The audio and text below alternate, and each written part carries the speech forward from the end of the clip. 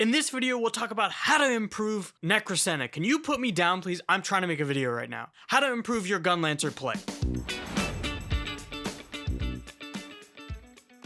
All right, tip number 1 is gonna change your shout of hatred from a yeah to a shout that shakes the core of the boss that you're fighting. I know a lot of people have been using Shout of Hatred as the first ability in your rotation, but I want to talk about other ways you can use Shout of Hatred to level up your gameplay a little bit more. Shout of Hatred can actually interrupt most attacks from a boss. The only attacks it cannot interrupt is the ones where the boss is immune. In that case, it'll be Shout of Waste. So there's actually quite a fine line of how you want to do this. You want to make sure that you're not wasting your Shout of Hatred on an immune ability, but you also want to make sure that you're interrupting a strong enough attack that it'll mitigate damage from your team, and also create a window of opportunity for your team to have a good old-fashioned beat down on the boss. Another important mechanic that goes with Shout of Hatred is that when you actually land Shout of Hatred, it will turn the boss towards you. That being said, you actually have an opportunity to create even more space for your team, because if you taunt the boss away from your team, that means they'll be taking a lot less damage, unless they have some crazy tail swipes, but even still, it's better to have the boss facing you rather than your team. So if you want to land the most juicy of taunts, make sure you're interrupting a very strong ability while also taunting the boss away from your team. So this is going to take some knowledge of the boss and also having some good positioning, so you're not standing right next to the bard that's going to get.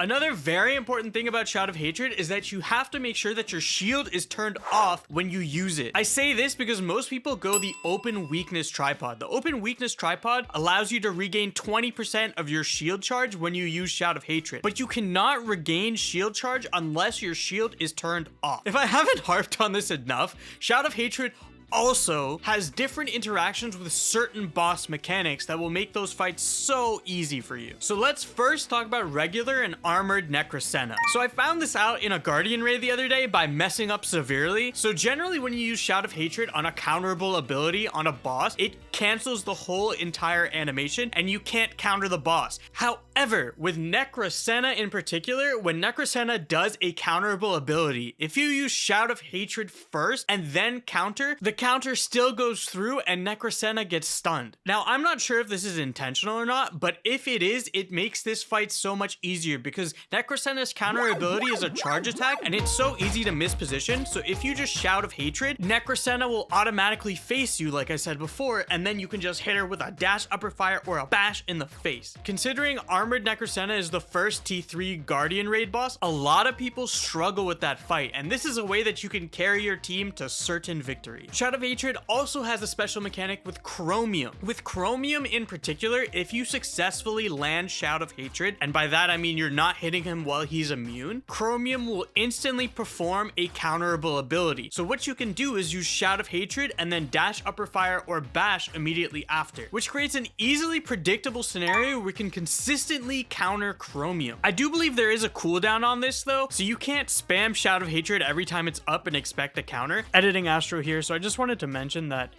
Chromium will still do what looks like the counterable ability. If it's on cooldown, he just won't be glowing blue, so you can't actually counter him.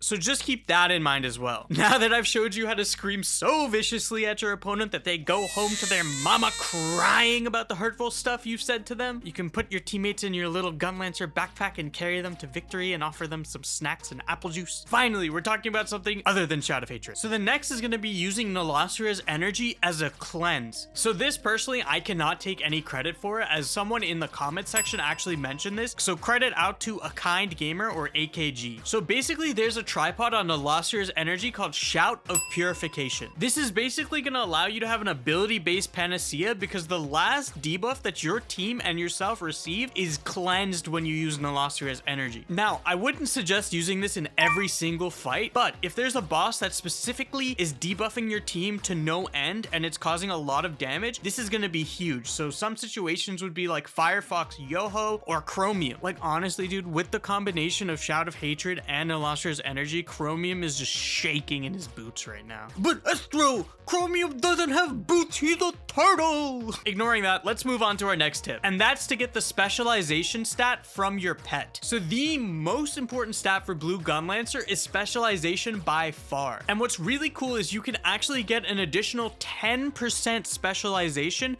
from your pet stats. It doesn't cost anything to change your pet stats, and it's very quick. All you have to do is go to the pet management vendor, which looks like this yellow lab on your map, and then you change out the second stat to 10% specialization. Because of the way specialization scales for Gunlancer, this will give you a big boost in damage as well as defense. And then lastly, let's talk about Guardian's Protection. So this is our awakening ability that does 1 million damage when it actually hits our opponent. But I think more important than the damage is the fact that it fully recharges your shield. I've seen a lot of Gunlancers use it in the beginning of fights to get as much damage off as possible, but I think the best situation for this is using it when your shield is depleted and you're in a bad situation. Not only that, but you can also use it to do a decent amount of stagger damage as well. But yeah, with all those tips, I really hope that this will level up your Gunlancer gameplay and you'll be the big blue Chad that you've always wanted to be. If you guys liked the video, leave a like. I'll catch you guys next time. Peace!